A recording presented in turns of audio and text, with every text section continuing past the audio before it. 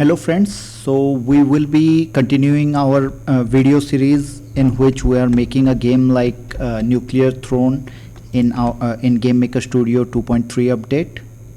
So I'll be using most of the new features that are there, not most of the new features, mainly structs and functions wherever possible. So it is the best way to get acquainted with those, and then I will be continuing this video. So till now video series. So in this video we'll be implementing the first ranged enemy.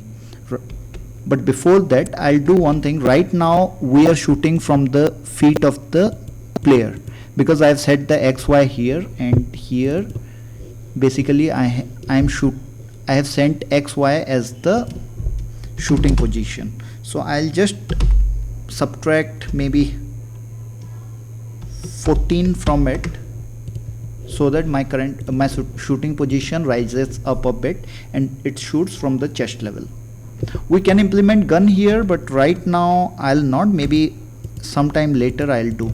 Yeah, so it is shooting from the right position right now. See, and then we'll be implementing our first enemy. And what I'll do is I'll create an object and name it parent enemies.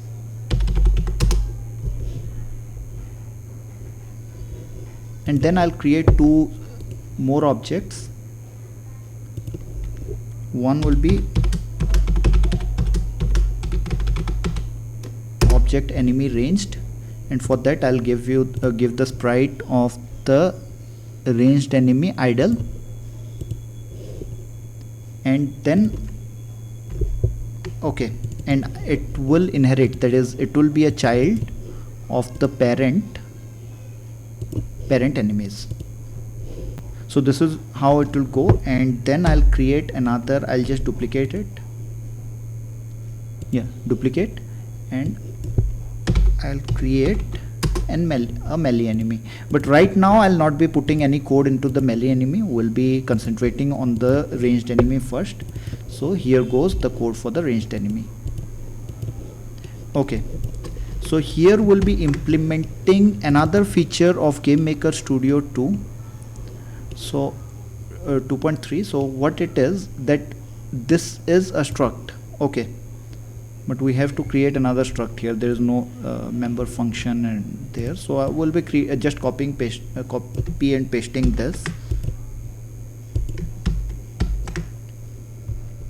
Yeah, so move is the struct and it has x and y variables showing which side it will be moving to. And then I'll be creating the step event, but I'll not be implementing move right now, but rather than that I'll try shooting. So I'll create an alarm event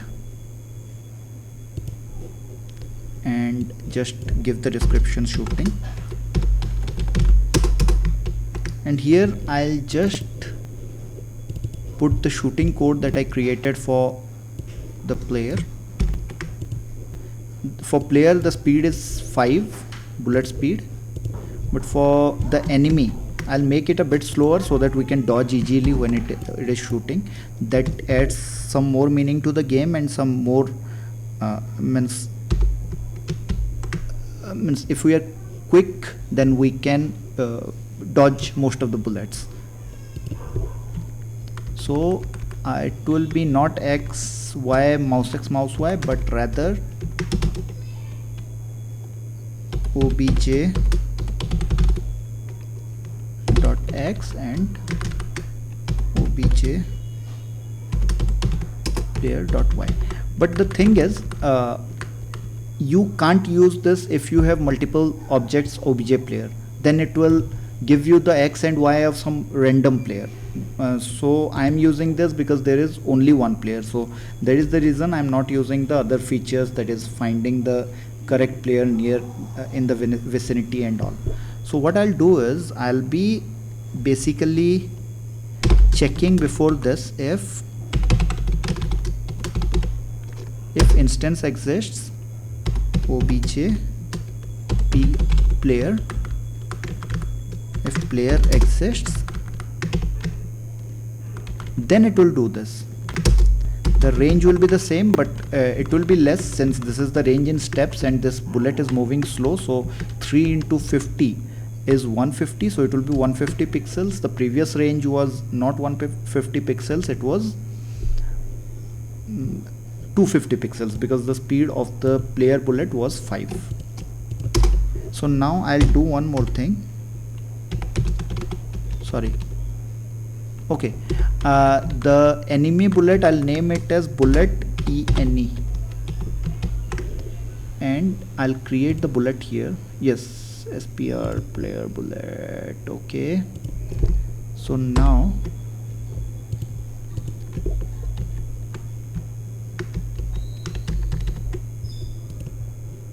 alt insert is not working, no longer working. That is confusing me a bit. Okay, so obj bullet is that of the player and obj bullet enemy is that of the enemy. I'll also change the sprite for it.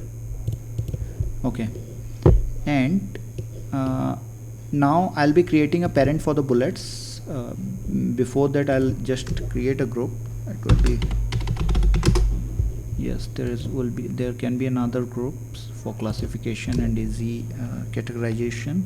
That will be yeah, enemies. Okay, so I'll take the enemies inside this and the bullets inside this, but before that I'll create a, okay, and also I'll put the parent enemies inside this, and I'll create a parent bullet. So what I'll do is, since all the code inside this is going to be used, I'll just Control D, duplicate it. Yeah, Control D, and I'll name it parent bullets. So this parent bullets will not have any sprite. No, it has all the code, but here this color will be optional. So I'll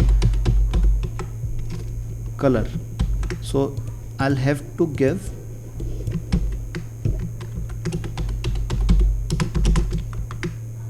okay.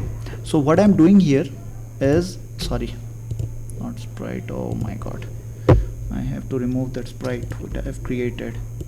Yeah, so what I'm doing is, earlier we were creating a fireworks of yellow color, but since now, since this parent bullets will be the common code base for both the inheriting class, that is the bullet enemy and bullet player, means obj bullet. So now I will be giving the color of the effect when the bullet collides with the wall. I'll be sorry, what I was saying, yeah, so I'll be keeping it as a variable so that I can change it, and I don't need to change it for the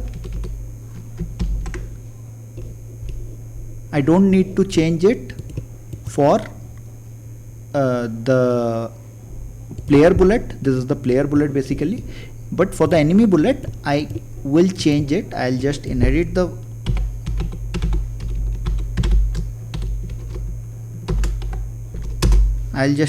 event, and then I'll override this particular variable is equal to C blue, something in the range of blue. I'll be giving it. I will see which color will be good. Navy, maybe I'll go with blue right now. We'll see if it is not looking very good, then we may change it. So C blue.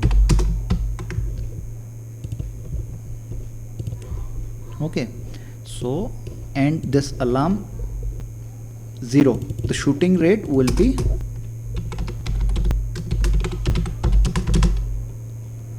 it will shoot once in every 60 steps. So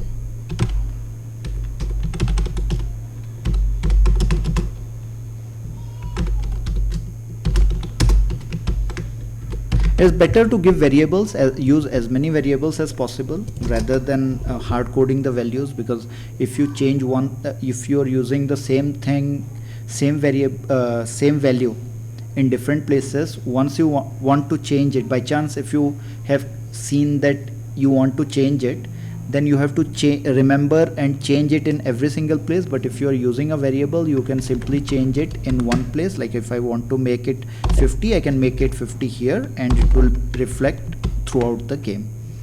Okay, so we just need to call alarm 0 to start shooting.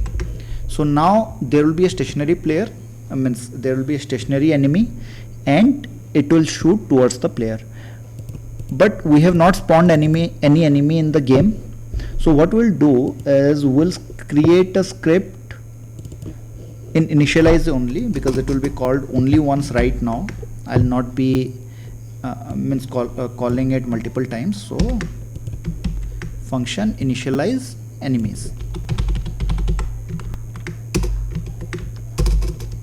So once the full game is run, after that this initialize enemies will be called. Okay,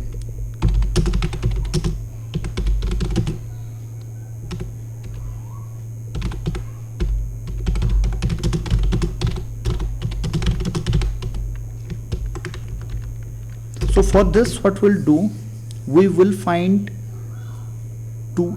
Okay, one more thing, here we have basically given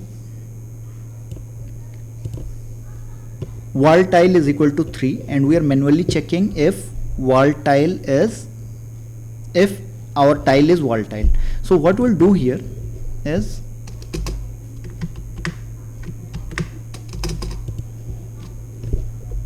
we'll create another function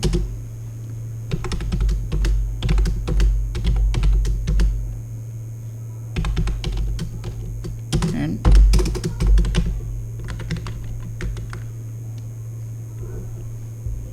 we will give the I and j x and y.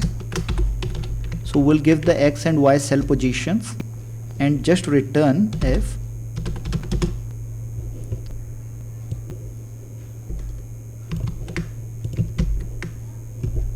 global.tilemap that position x cell and y cell.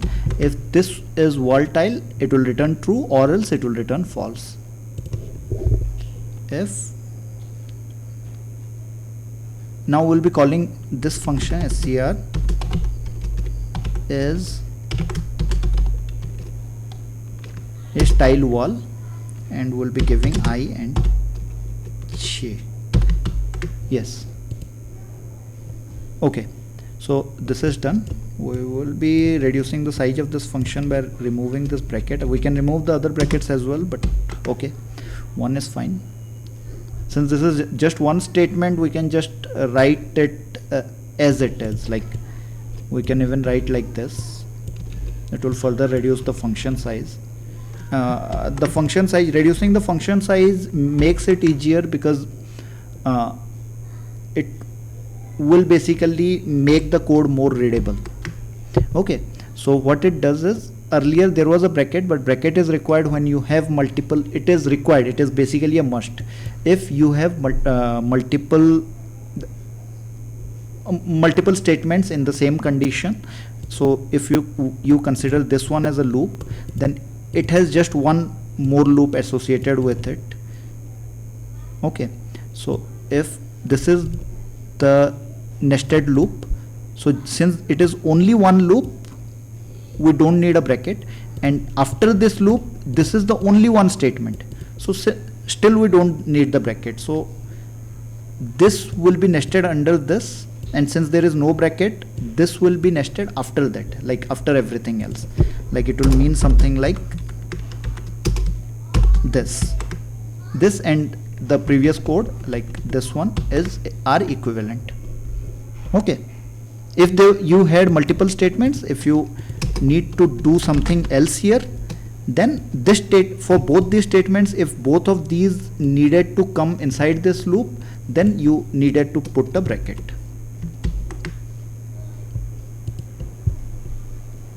Okay, so now global.volatile is equal to 3. We have, okay, so initialize enemies. So what we'll do is, okay, tile map width and tile map height we have. So var px is equal to 0, no, 0 we can put, and var py is equal to 0. Okay, we'll be spawning just one enemy right now and see how it is spawning, and after that we'll spawn multiple enemies, or maybe we can even repeat this many times. So var px is equal to 0, py is equal to 0. So what we'll do is, okay, and then while is, no, scr is colliding, no, scr is tile wall px and py, which will be true for 0 0, because 0 0 is always a wall tile, the top left corner. The border tiles are always wall tiles. So while scr is tile wall px and py,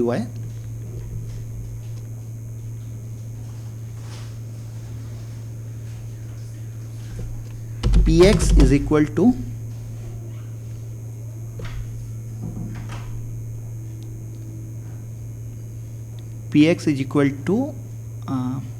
okay, px will be yeah, it will be I random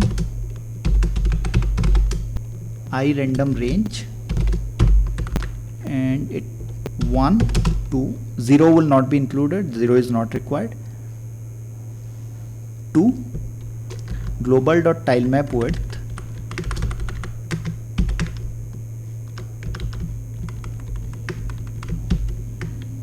minus 2, because global dot tile map width minus 1 is the boundary of the means x boundary of the grid, and it is always a wall tile, so we'll not be considering it. We'll be starting from, means our maximum limit is tile map width minus 2. Same will be for the y-axis. Okay, so we have a position, and as long as this position is wall, it will keep looping here. So you may put an additional checks for safety, so that it breaks its looping after a certain number of loops, but I guess this will work fine. We'll see. Okay, e is equal to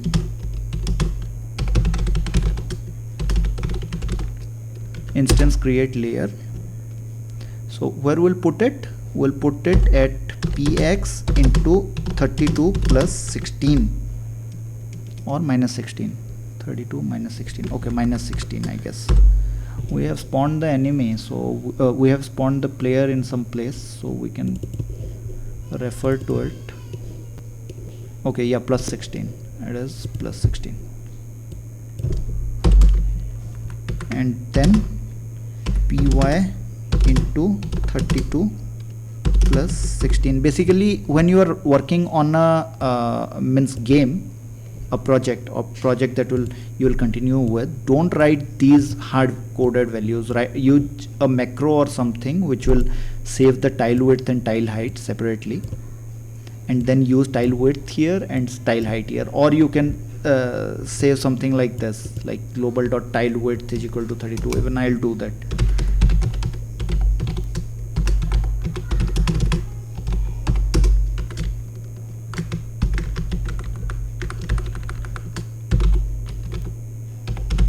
So here basically whenever I want, I can change these values and it will reflect throughout my game.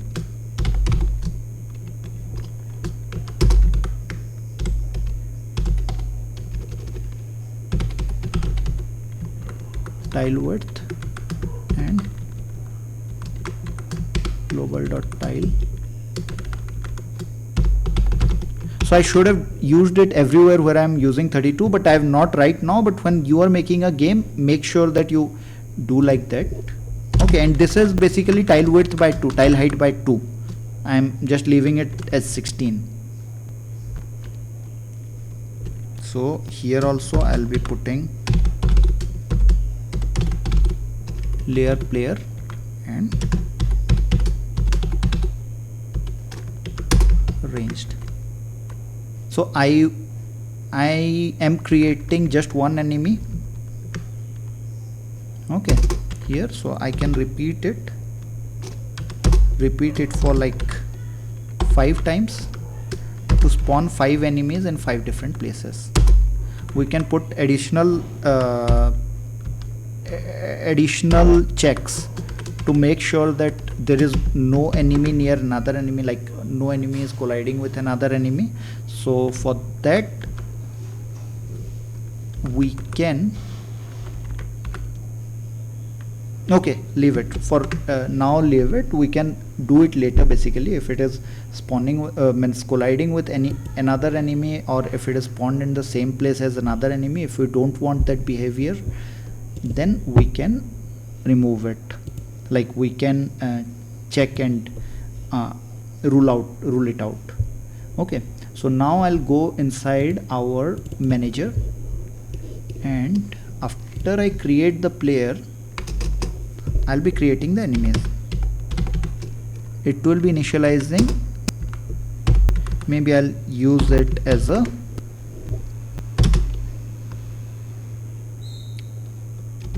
four. So I'm passing 2 parameters into it, but right now it is not accepting any parameters. So what I'll do is initialize enemies ranged. So here I'll be creating ranged enemies here. So this will basically be the ranged enemies, the number of ranged enemies. Okay, so I receive it from here. It will be creating 5 ranged enemies, and when we put the code inside, after that it will be creating 4 melee enemies. So right now we don't have the code for melee enemies, but I can do something like this.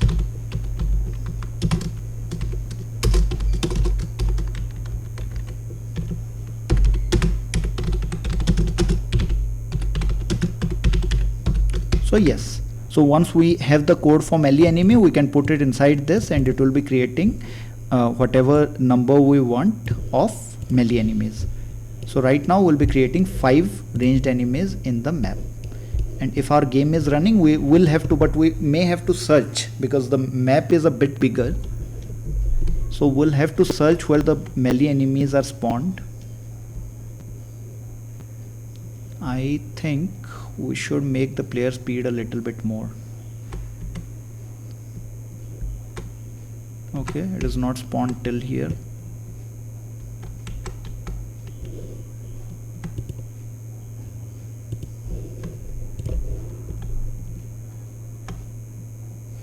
We have to check where it is spawned basically.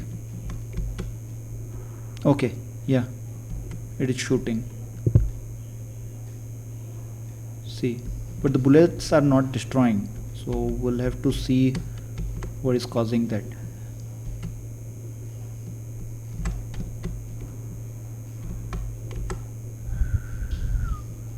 So one enemy is spawned somewhere in the bottom, I guess, and we may have to go till there to see where it is spawned. So normally it is a very nice dungeon, but sometimes I prefer it to have a width of 2.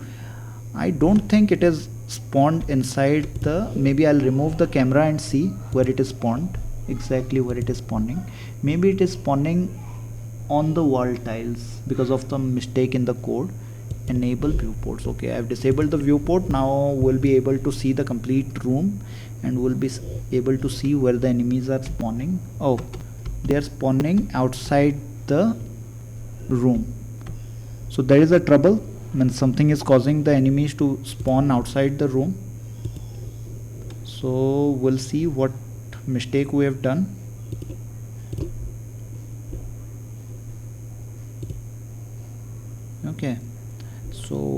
will go here where it is, yeah, initialize, and if it is okay, px is equal to okay, we'll just print these two values once it is accepted. Like it will go outside this while loop only if it is accepted.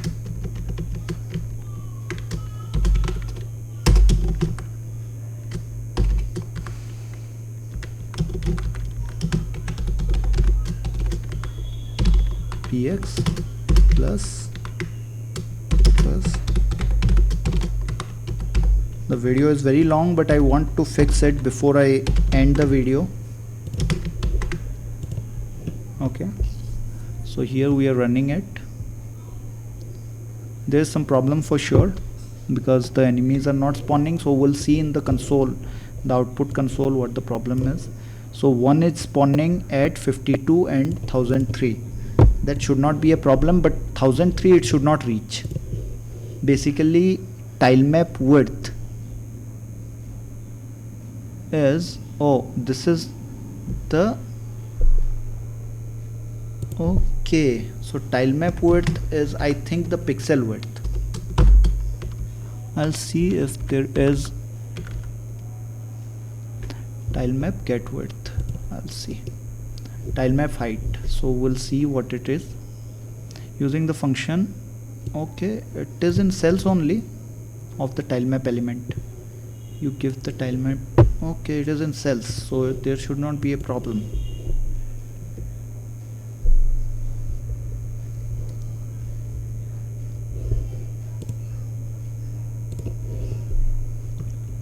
Okay, it is tilemap width, tilemap get width, global.tilemap.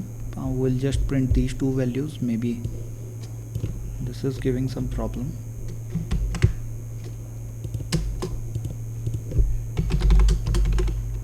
Show debug message, and we will be printing this value.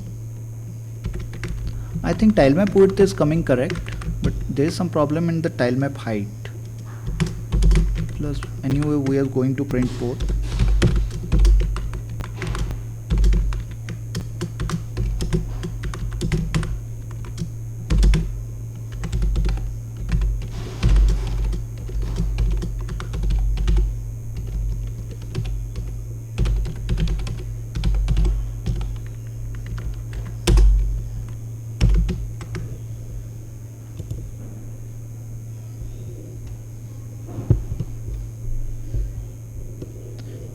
Okay, here it is coming correct. That is 75 into 75. So I don't know why it is going beyond that. So irandom range,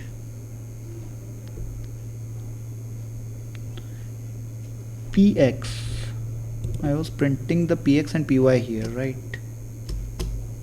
So tilemap width and height are coming correct, so there should not be a problem. Or am I assigning it back somewhere else?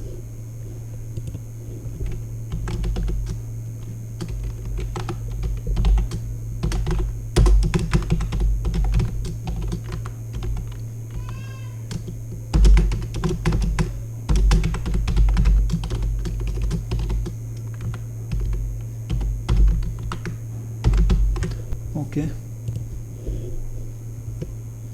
If this doesn't work, if we are not able to figure out the problem, okay, see, it is again going beyond 75. So I'll fix the problem. I'll pause the video, fix the problem, and then tell you what the problem was. Okay, I think I figured it out. So this one I have means by mistake written as tilemap y, and it is giving me trouble, giving the code trouble. So I'll make it tilemap h, that is the variable, actual variable name. So these typos actually consume a lot of time, and I am really glad I didn't keep the video on to. Okay, so now you can see all the enemies are spawned in 5 length tiles. Okay, we'll just increase the size, or and see. We'll now turn the viewport on and we'll see how it works. So what we did in the code right now is every enemy should shoot towards the player. So right now all the enemies are shooting towards the player. We can find the enemy by the bullet that is coming from it, so we can go towards the bullet and hopefully find the enemy that side. Maybe I'll go up. It seems to be closer and there seem to be 3 enemies there.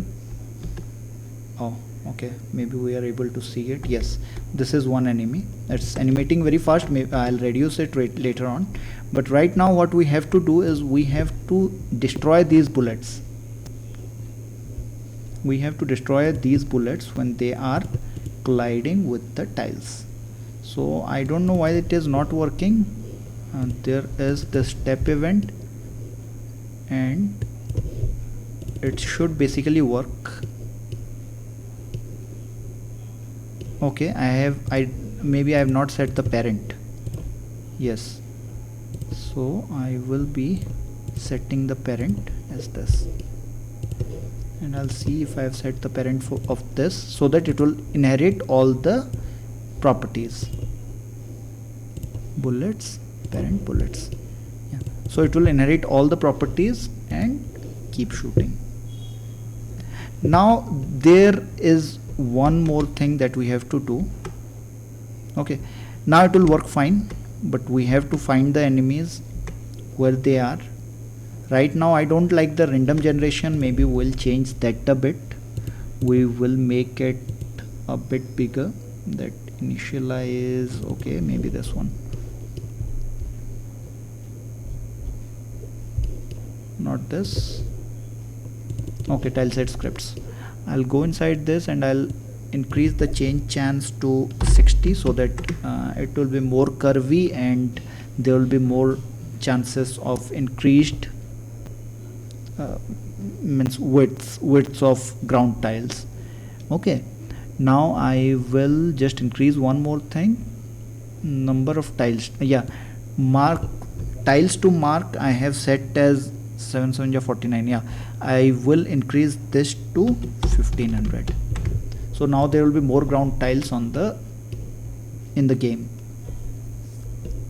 Okay, yeah, this is what I was talking about. I wanted an environment like this so that, yeah, so this is an enemy that we see. It will keep shooting at us. See, it is shooting at our direction. Yeah, so these enemies are all shooting at our direction. In the next video we'll be talking about how to basically make the enemies shoot only when we are in the range of the bullets, rather than they are shooting wherever you go. They keep on shooting, so they seem like dumb.